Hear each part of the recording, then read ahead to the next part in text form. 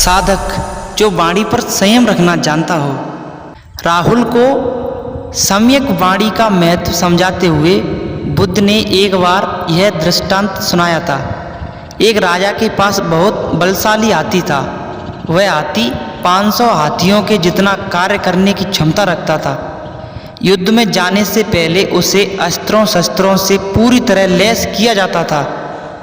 उसके दांतों पर तलवारें लटका दी जाती थीं, पीठ पर परातियां, टांगों के संग भाले और पूंछ पर लोहे का गोला।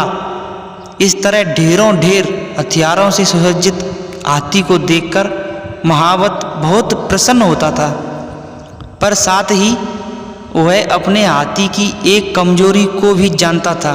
वह कमजोर पक्ष जो उसे पल में धराशायी कर सकता था, वह थी उसकी सूंड।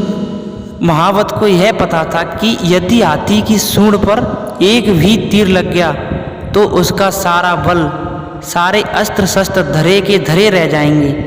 अतः उसने हाथी को पूरी शक्ति से यह प्रशिक्षण दिया हुआ था कि वह युद्ध के दौरान अपनी सूंड नहीं खोलेगा।